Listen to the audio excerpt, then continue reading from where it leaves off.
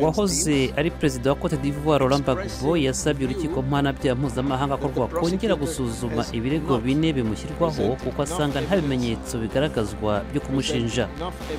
Perezida Paul Biya wa Kameruni avuga ko ateganya kugarura amahoro mu turere tuvuga icyongereza umwaka umwe nyuma yaho bamwe mu bayobozi batwo batangaje ko bashyizeho Repubulika Ambazonia. Intumwa ya ONU muri Libya ivuga ko amatora yarateganyijwe mu kwezi kwa 12 uyu mwaka ashobora gusubikwa kubera ibikorwa by'urugomo by'ubuye. Muri Kenya, igikomangoma cy'Abongereza William yaganiriye na Perezida Uhuru Kenyatta ku bijyanye no kurengera inyamaswa zo mu mashyamba kandi akina umupira w'amaguru n'abana.